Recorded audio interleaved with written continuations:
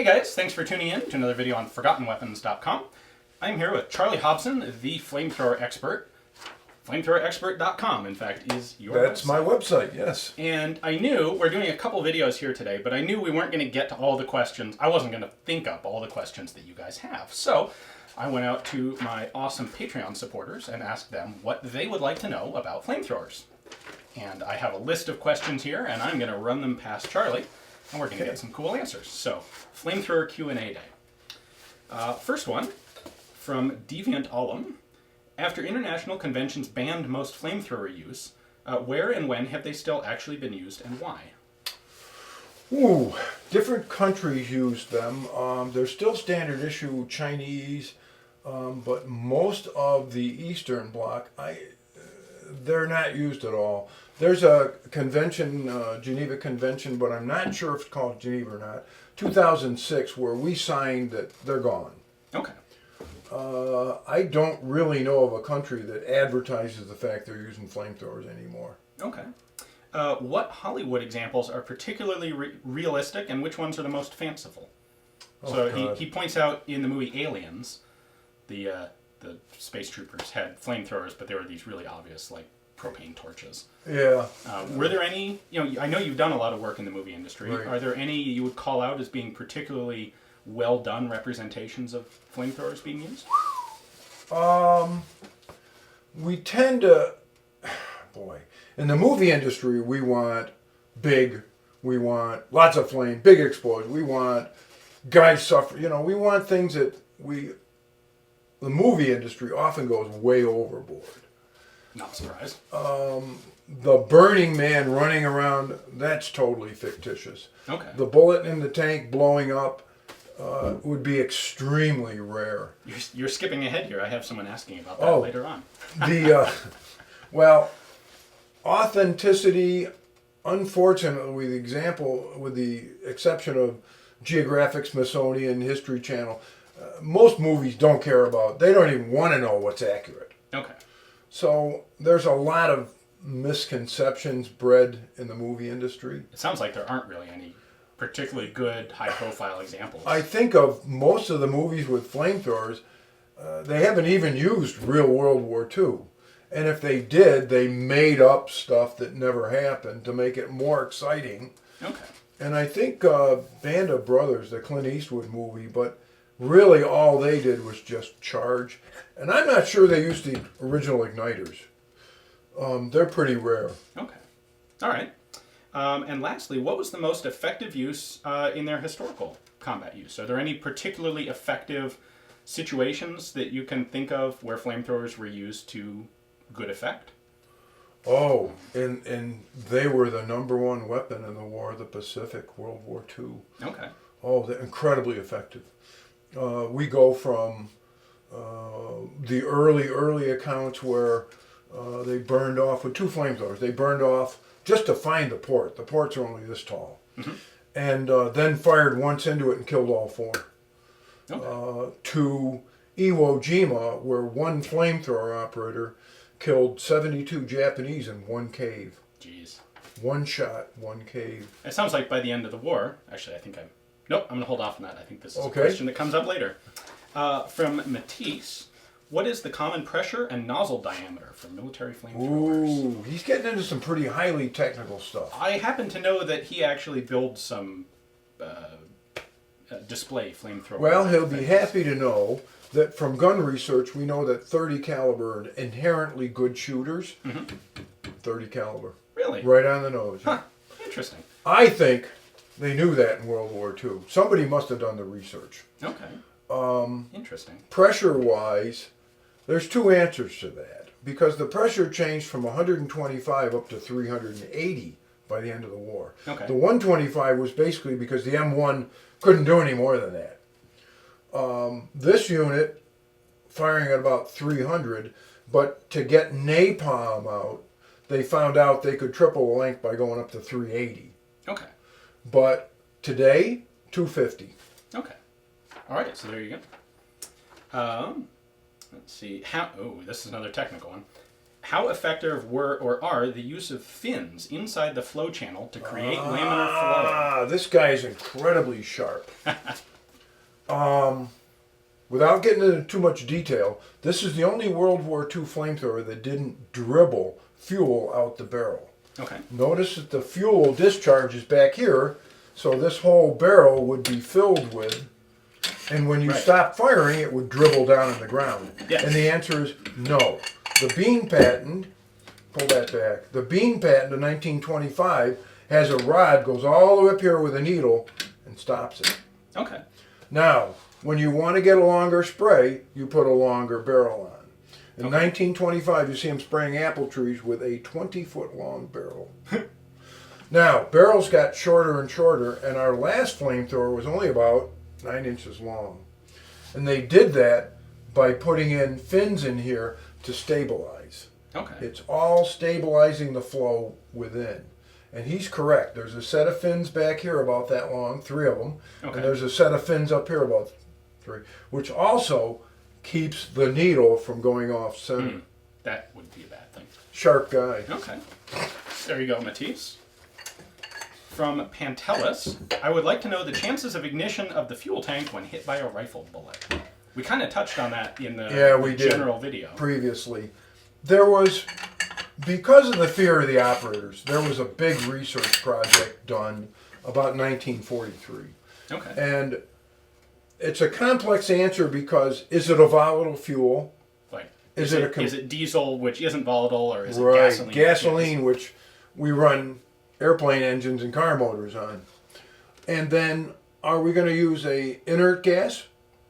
Nitrogen, Or are we going to use argon? right? So, and then the bullet that penetrates it, is it going to penetrate the liquid or the compressed air? Oh, interesting. Yeah. And the last item is it an incendiary bullet? And the final answer is yes. You could get ignition up here, but it would have to be an incendiary bullet. It would have to be a gasoline fuel. The bullet would have to hit above the gasoline in the compressed air. Okay. Air, not nitrogen, and then you'd get ignition. Okay. Pretty rare. Sounds like it. Hugh asks, is a flamethrower assigned to a soldier expected to do field maintenance on a level on par with a gun-carrying soldier? What parts of a flamethrower wear down or require repair the most? Wow, good question. Really good question. The operator was trained not just to turn it on and bang, bang. The operator was also trained to, just like an M1 Garand, do the basic maintenance. Okay. In the case, it showed what you had to do, represented where you had to lubricate. This gets lubricated, this cover can come off, all that can be cleaned. This part is waterproof, but the black powder needs to be cleaned off so it doesn't rust. There's a little bit of lubrication back here, not often. These seals need to be replaced. Yes, the operator was trained enough that he could keep it going in combat under normal situations. Okay. If it got drove over by a truck, went back to rear maintenance echelon. Okay, but things like checking making sure the valves are operating properly, replacing seals. Replace the canvas, replace the shoulder blade, but if the frame got bent, he can't straighten the frame. Okay. Goes back to ordnance. Gets a big dent in it, has to be hydro tested. Right. This begins to leak on him. He goes to fill it, and okay. He's allowed to change this part, but he's not allowed to get into this at all. Okay. That goes back to rear. Give me another pressure bottle. That sounds just like a rifle. Right. Some stuff you can fix, some stuff goes back to the armor. And they had 2 maintenance kits that came with it. It came in its own box with a tool kit and 3 cans of igniters. Okay. Spare parts kit. The spare parts kit was the winder, the valve that goes back here, this check valve, gaskets for this, and that's about it. Okay. So that would be the stuff most likely to get. Yes, and then the other interesting thing is the big kit had tons of parts, whole new gas caps. We don't think about it, but back then they'd take a gas cap off and it fell in the dirt. Or it fell in the grass, or it fell off a cliff, or a truck drove over it. Gas caps, pressure bottles, funnels to fill with, all kinds of stuff. Cool. All right. Let's see. Andrew asks, did they really use flamethrowers to clear bunkers on Omaha Beach as depicted in Saving Private Ryan? Saving Private Ryan was actually a propane fake. Okay. I think he means tactically. Did they have like guys coming off the landing boats with flamethrowers to attack some of those German emplacements? The bad news is not documented. Okay. They were trained, and I've actually talked to one of the operators. They were trained, but they were landed as infantry, and the flamethrowers didn't actually catch up with them in time. Interesting. However, so that footage of like the guy in the first wave with the flamethrower who gets hit, that wouldn't have ever happened because he wouldn't have had it in the first wave. No. Okay. But some of them did get there with final waves, but the opportunity wasn't there. The thought was, they're going to be dug in, the ports are closed, there's nothing we can do. We can't blow it up because our soldiers are around it, but we can pry those ports open and shoot flames in. Okay. But it never happened. Okay. They were cleaned out. Yeah. Let's see. Stefan asks, is there anybody today making true-to-spec reproductions of military flamethrowers? No. Only Norinco. The attempt was made, they actually were made in Brazil until the late 70s or 80s, and they looked like this, but the pressure bottle was down here. Okay. I actually did make a couple of reproduction tanks, but then you still got to find to replace rotted out non-hydro test. Okay. But the cost and ASME code was so high that by the time you got done, we can almost give you a working flamethrower for that price. Okay. And they literally weighed 101 pounds, 108 pounds for the tank group, where this is not much more. This is up around 75 pounds. Now that's fully loaded. Yeah, fully loaded. Okay. They say 86, but that's because of this. So you're really around 80 pounds on your back. Okay. Do you really want to carry 110 around on your back? The That's only heavy. good news was they were indestructible because ASME code now specifies on your back 4 times working pressure. So the hydro is not 600, it's 1,000. Okay. And it's heavy. Have you witnessed any accidents? He asks, how many accidents have you witnessed? 0. Good answer. That sounds like 0, but. 0 accidents with injuries. We had one flamethrower jam, Vietnam era, they're very rare, there's only 12 of them, jam with napalm that didn't mix properly and got into the nozzle. Extremely rare. Never happened before. Once we had some fuel drip down, but the fuel we use, non-volatile, you literally do this and it didn't even burn my hand. We had one person jam a fingerless glove into this up here so it wouldn't stop.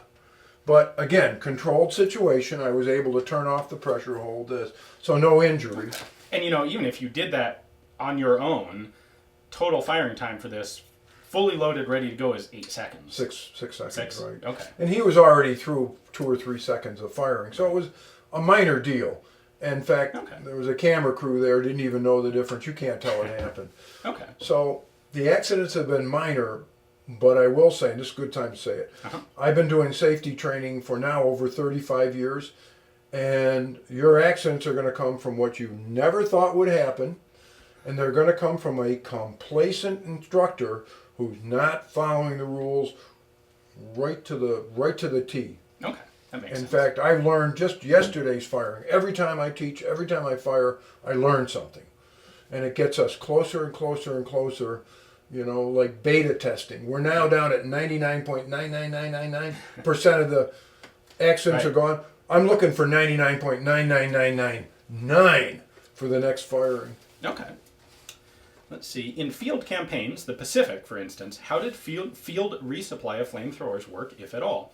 Were individual tanks refilled by supply folks, or were fresh tanks brought up and exchanged? I've always wondered about the logistics of supply, given that it's a fairly volatile material to carry around. Another excellent question. These guys are really smart. They are. The answer to that is it changed. It was incredibly complex when we started because we had 3 theaters in the Pacific, 3 different commanders, 3 different groups of operators, infantry, engineers, Marines, and we had 3 different ways of doing everything. It wasn't until actually after the M1 was beginning to be replaced by the M2 that we could standardize, and Chemical Warfare Service would send around instructors to teach. Okay. and then say, forget about the way you were doing it. We're going to do it now. We're going to do it this way. Okay. Also, how we resupplied changed, where we tried to send from Australia or the U.S. months in advance exactly how much we needed. That changed to large supply depots, centralized, that would send out what we needed. Okay. So, in most cases, close to the front lines, we tried to keep an adequate supply of what we thought they would need in terms of ignition cartridges, Okay. pressure bottles, nitrogen, and fuel. So when one of these pressure bottles is good for a couple of firings. Actually, no. Is it just one one? firing? Okay. I guess actually, especially the old ones, the original ones, when they're shooting at full pressure, would they? I assume they would refill with a valve system, or would they take off the pressure bottle and replace it? You could do either one, but we learned from the M1 that every time you take it off, you destroy threads. Especially if it's dirty, sandy, organic material. That doesn't sound like this. No, you don't want to do that. The newer was to take off this protective cap, and you see here where it's hit the side of the tank. Yep. That's beautiful. That's Army color underneath, Marine Corps over. This is an absolutely perfect World War II paint job. Okay. Beaten. I mean, it looks like it hasn't been driven over by a truck, but it looks like everything else they could do.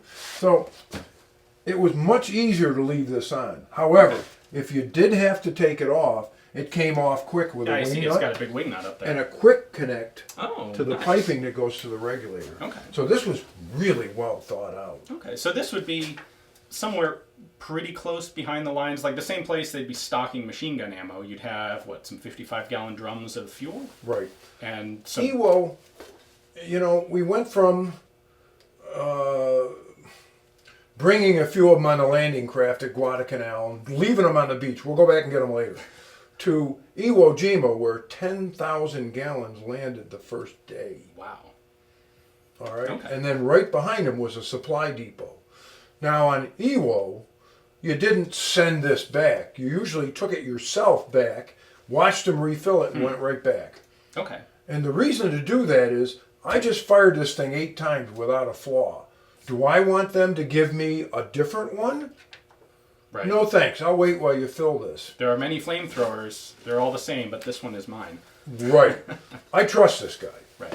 Now, the second thing they did was, and the Marines weren't terribly big on this, the Army liked it a lot, they'd take a pack board and put a 5-gallon jerry can on a pack board. Okay. And underneath it, Ah.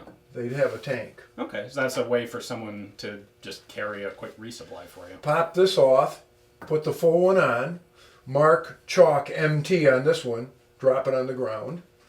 Take your 55-gallon or your 5-gallon jerry can, fill this up, throw that on the ground with a pack board, make a little pile, we'll come back and get it later. So it's something that I think Ben might not recognize, that I hadn't really thought about either until we did some shooting yesterday, is refilling this thing with fuel is a matter of... I take the cap off, I pour 5 gallons of fuel into it, or 4.5 gallons. 4 3/4 max. And then I put the cap back on. And then it's refilled. Right. Because the pressure is isolated from the fuel until you actually open the valve. Right. So it's not technically refilling it is the easy part. The interesting part of the question is who's got the extra fuel and how does it get Right. Right. If you knew, like on EWO, if you knew you were going to burn, and this is another point, and kind of an answer to his question. First off, because we have a regulator and high pressure, we are going to have a full high pressure shot every time. So we can shoot 1 second into one bunker, hunker down and wait for everybody to get to the next bunker, run over, shoot that one for 1 second. We can do that 6 times. Then we can take the refill and do it 6 more times. Never does it fire too short. Right. Right? It's always going to give us consistent. We know it's going to light. Right. Okay. Excellent. Okay, next question. From Zachary, I'd like to hear about the effects on the shooter. I've heard that some men passed out because of the drop in oxygen when firing. It's not a problem for the operator. And it's not lack of oxygen. You know from firing yesterday, the heat is terrific. The heat is really impressive that comes back at you. If you're anywhere near that flame, it's not carbon dioxide that's going to get you. It's lack of oxygen, and it's carbon monoxide poisoning. Right. So, in firing, no. It'd be nice to get a CO2 meter and try to measure, but Yeah, it would be kind of interesting. you're out in the open, you're surrounded by air. Basic chemistry says you're going to get fresh oxygen at a pretty high rate. Kind of like grenades, though. Don't use them inside. Say again? Don't use them inside. No, no, no. You'll kill 71 friends. And yourself. Yes. All right. Joseph asks, let's see, if the flamethrower had not been banned under the Geneva Conventions, etc., Right. etc., what do you think would have been the next design evolution? For example, improved tank storage, non-piezzo ignition systems, which actually they did get away from already. Right. Different fuel mixtures such as triethyaluminium instead of more traditional gelled petroleum. Do you think there are opportunities for improvement here? The guy's, he's really sharp. This person's done a lot of research on flamethrowers. The chemical he mentioned was used for a while in a horseshoe-shaped fiberglass, single shot, throw on the ground when you're done. Okay. What it does is as soon as it's exposed to any oxygen whatsoever, it's like phosphorus and it lights. Oh, interesting. That sounds harder to reload in the field. That single shot disposable makes sense there. Well, let's look at, he does hit a topic that I'm familiar with. Okay. And the answer would be, we have a lot of objectives into the next. We want ease. We found out we don't need 4.5 gallons. 1.5 gallons is more than enough. In fact, we could have got by with 1 gallon even, or Really? 1.5 gallons, which would be the size of a large buttstock. Okay. So what if we containerized and used a small CO2 cartridge, which by the way are about this big and about that tall, Okay. and that would be in the forestock, and the whole buttstock assembly, and most of what looks like it's a gun is Okay. really a throwaway cylinder, Now, pre-pressurized with a self-lighting fuel. okay, that sounds like a good way to do it. Looks like a stoner, Okay. and you reload it by just unscrewing this, drop it on the ground, and put another one in. You know, it's kind of funny. That's how, like, 1700s military air guns worked. Yeah, Just like exactly. that. The Quackenbush, yeah, exactly. Yeah. Now, one other thing to go with that. Yes. We had already done that, but we did it with the rocket. Okay. And I talked to instructors and guys that carried it, and the guy that carried the 4-barrel flame gun, flame rocket launcher, loved it. The guys that carried the 50-pound cartridges hated it. That makes sense. And you could put them in a window. They consistently put them in windows. Okay. And it's a wonderful weapon, but tactically, we don't have the need for it, which is Okay. a peripheral, but why would we carry these things around when we've got thermite grenades, we've got rocket launchers, and we can call in an airstrike with 500 pounds of napalm? Right. That's better than Right. 4 gallons. In And you rarely use them. Okay. So, That makes sense. It's a very specialized weapon. right, Pacific theater in World War II. right. That's one of the situations where you're using it all If the the time. Japanese ever attack again and try to take over the Pacific Islands, we'll have to build one of these. But our last flamethrower answered all the questions. That was the aluminum M9/7. Okay. And then, of course, because there's no tactical need for these things, we welcomed the 2006 treaty because we no longer have to have all this crap on the shelf. That chemical warfare ordnance officer's getting his last laugh. Yeah. We don't need them. Focus on we other don't stuff. need them. The guy was right in 1917. It just took 100 years for people, 99 years for people to realize it. So actually, Joseph's follow-up question was, is there still a role for flamethrowers in modern war? And it sounds like we pretty well touched There on is, that. but it's so isolated. Now, I think you were talking briefly about interest in using these in Afghanistan. Right. Can you expound on that a bit? You were involved in that somehow, I think. I was. And without a lot of detail, there was a need to burn wooden buildings, Okay. completely destroy pickup trucks that had already been disabled and shot, but the ammunition in them was scattered. Okay, so they're using trucks as Right. supply, and you want to The destroy only the way we can supplies. guarantee that pickup truck's not going to get a new engine and a new steering column is to burn it. Okay. The only way to get rid of that ammo is to burn it. The only way to deny that wooden building to them and kill everybody in it quickly is to burn it. Okay. And then there was some underground cave activity, but it was minor. Okay. So the plan was a helicopter to land while covered by gunships. Okay. And within 5 or 10 minutes, and my answer was no. Get them in there and get them out of there in 5 minutes, not 15. Okay. Go in, burn the stuff, clear the area, grab any intelligence before they burn the building. It works better that way. Exactly. So, but that can be done with cameras and picking up paperwork like that. Yeah. So within 2 minutes, burn the place, get out of there. And you don't have to stay while it burns up. So hit the ground, do your damage, collect your information, get the hell out of there. Okay.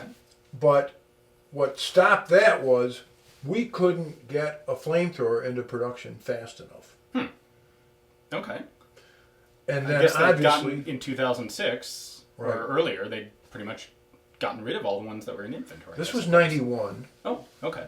91, and we didn't have the technology at that time to drop a target acquisition sensor. You know, something that would transmit a signal. And now, today, all you have to do is paint the target and leave. And the rocket will come in, drop 500 pounds of napalm, and That does problem the job. solved. So, Okay. again, tactically today, don't need it. Okay. The airstrikes are never more than 20 minutes away. Okay. And let's see. Oh, this is a very serious question from Conrad. When lighting a cigar with a flamethrower, do you have a concern about leaving a poor-tasting residue as you would with a cheap butane lighter? Let's talk about how the igniter works. First off, if you don't have the original igniters, you're going to use a propane. That's fine, no problem. I've done Okay. that. I smoked 20 years ago. I was a smoker. And I've been in this for 25 years, so you can roughly figure out. We did it more than once for fun. Now, the original cartridges that weren't available until recently have black powder. I don't know about inhaling sulfur. I know they use that to kill woodchucks on farms. You have phosphorus. That sounds And tasty. then you have magnesium. Mm-hmm. And then you have powdered aluminum and an oxidizer, a perchlorate, of course. This sounds like a lot of residues. I would not do it with an igniter, but propane would be no problem. All right. I didn't think you'd take that question seriously, but there we go. All right. And one last one from Kevin. What does it cost to get into one of these? Oh, complex answer. Yeah, because that could be everything from I want a cool looking non-functioning flamethrower to hang on the wall to I want Right. a functional flamethrower, but Yeah. maybe I don't, it doesn't have to be any specific thing. I just want Yeah. what's the cheap end to get into being able to go out and And the answer is anything from about $9,200 to about $60,000. okay. Unless you're one of the only Japanese in existence, and then, you got to tell me how much you've got before we even begin to negotiate. So let's break it into three classes, like Okay. an M1 Grand. Okay. All right, it's not it's mostly World War II. It was built in World War II. Yeah. But most of the parts have been replaced, and this one's not really military. This part is actually, I made the wood myself. Okay, That like kind of thing. A CMP rack grade. Right, there's the low end. And the answer is a low end where it works. It's been rebuilt, it's been tested, it's fine.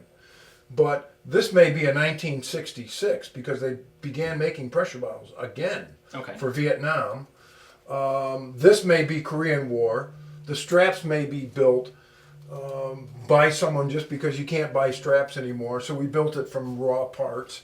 What else could it be? Could have a new production hose instead of A new production hose for sure. The wand, oh boy. If the wand had reproduction grips here, and maybe the barrel was replaced, and maybe a remanufactured ignition shield, but it's got to have a winder or it can't work. So it's got to pretty much be an original front end. Okay. You'd be at about 20 grand. Okay. Now, interestingly, if you want completely World War II, this unit, which you fired, is currently on sale at IMA Oh. for $30,000. Okay.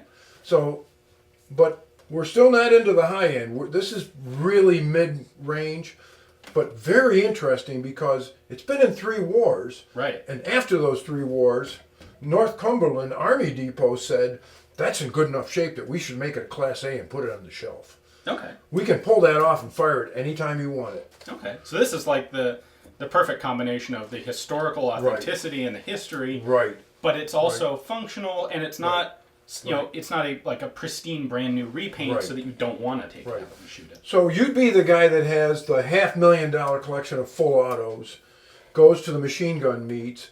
It's not the one that's so priceless you can't fire it. Right. But it's not a piece of garbage. Right. It's a real World War II documented, and I think it's a damn good buy because when you get into the only been fired a few times, we know it works, we can prove it works.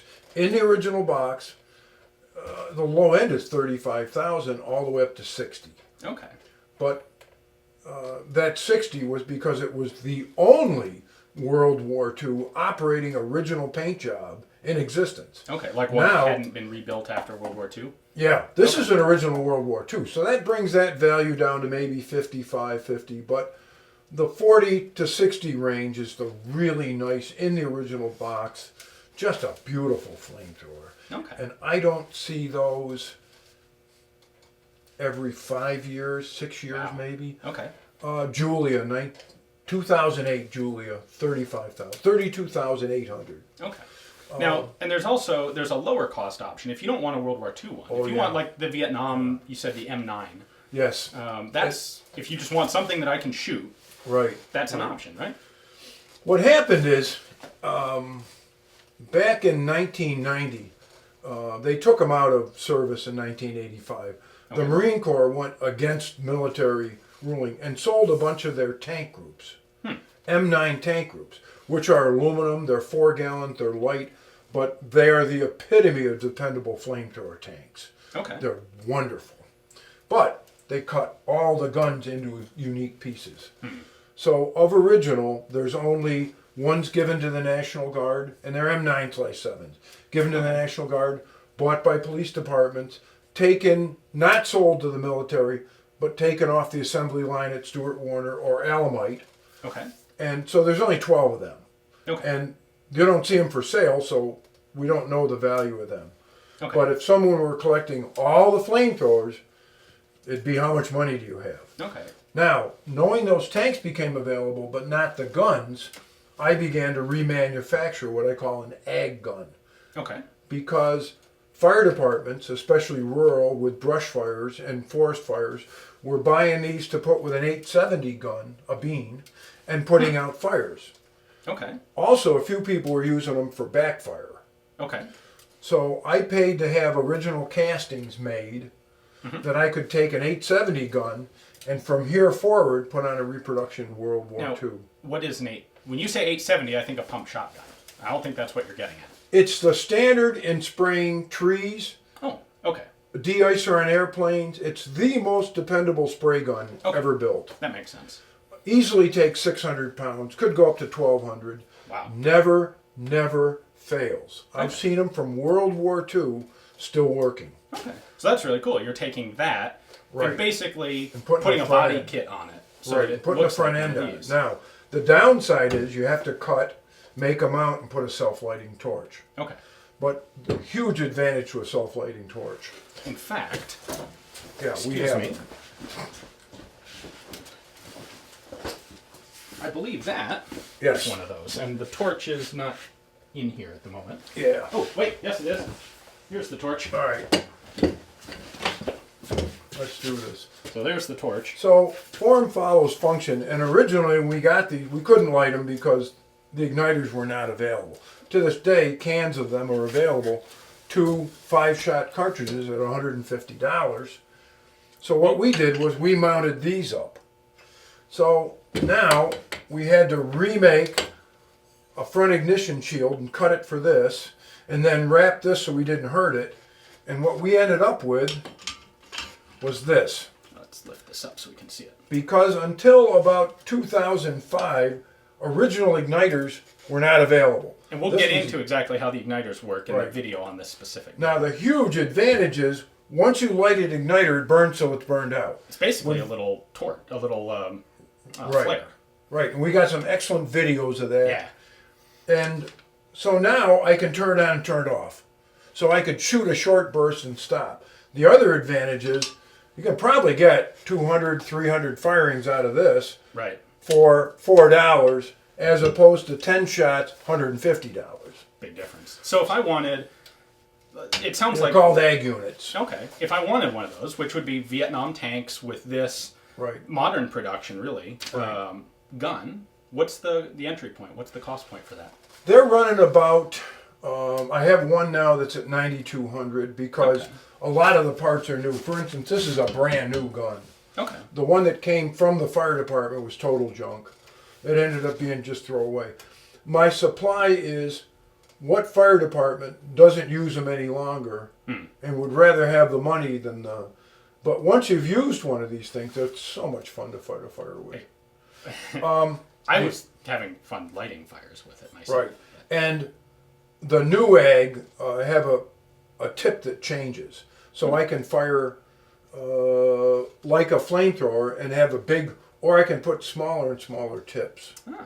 For instance, I actually sprayed trees with an ag unit for engraver beetle 2 weekends ago. And I get all the way to the top of these huge pine trees. Okay. If I were fighting, that was a 12 tip, 12 gallons per minute. Okay. So we can figure with a 4-gallon tank, we have 20 seconds. Right. Just enough if you're careful to spray a big tree. Couldn't get a spray rig to it. Couldn't get a trailer. Couldn't get a truck. But I'm able to walk back there and knock them out. Okay. I've also fought fires with it where you put a 4-tip on. Okay. Little pencil like this, go to the wall, but if I shot in the ground, it would dig down that deep. Huh. So the fire crew goes in front of me, raking and leaf blowers and stomping stuff out and putting dirt on it, but they can't get that stump to stop. They call me over, and I literally blast all the way into the ground and soak it. And we should be clear here, you're using either, I guess, water or some sort of water with antimony oxide or spray retardant or wetting agent. Because you can spray anything you want out of these. It doesn't have to be lit gasoline or lit diesel fuel or kerosene, not gasoline. Don't do gasoline. Gasoline's a bad idea. Right. Especially the ag unit because it has an epoxy coating inside aluminum. Oh. And the walls are about that thick. Okay. Where this is paper thin. Okay. So it sounds like actually that you've got two really cool options for both the historical collector and the person who wants something that isn't just bought at the hardware store kind of deal. It's actually got some neat historical elements to it, but it's a lot more affordable. And with something like this, having used those cartridges, man, this really is a lot more practical. Cost. You think about if you have a 50 cal and you pull the trigger for 100 rounds, what's it cost you? A couple $100. Right. And with this thing, it costs you 4 gallons of diesel fuel and $10. 10 cents and you know. And the other thing I like about it, I remember cleaning the M60 when you're done. It's a real pain in the ass. This thing, you've cleaned it. You flushed it out with fresh diesel fuel and you followed it up with nitrogen. Just close the vent on the tank and put it. You're done. And nice. I didn't think about that. Oh yeah, and you watch the guys cleaning their Thompson and stuff, and you think, oh, you pop another beer and like, oh, I'm so glad I don't do that. You know. Nice. Good. That was.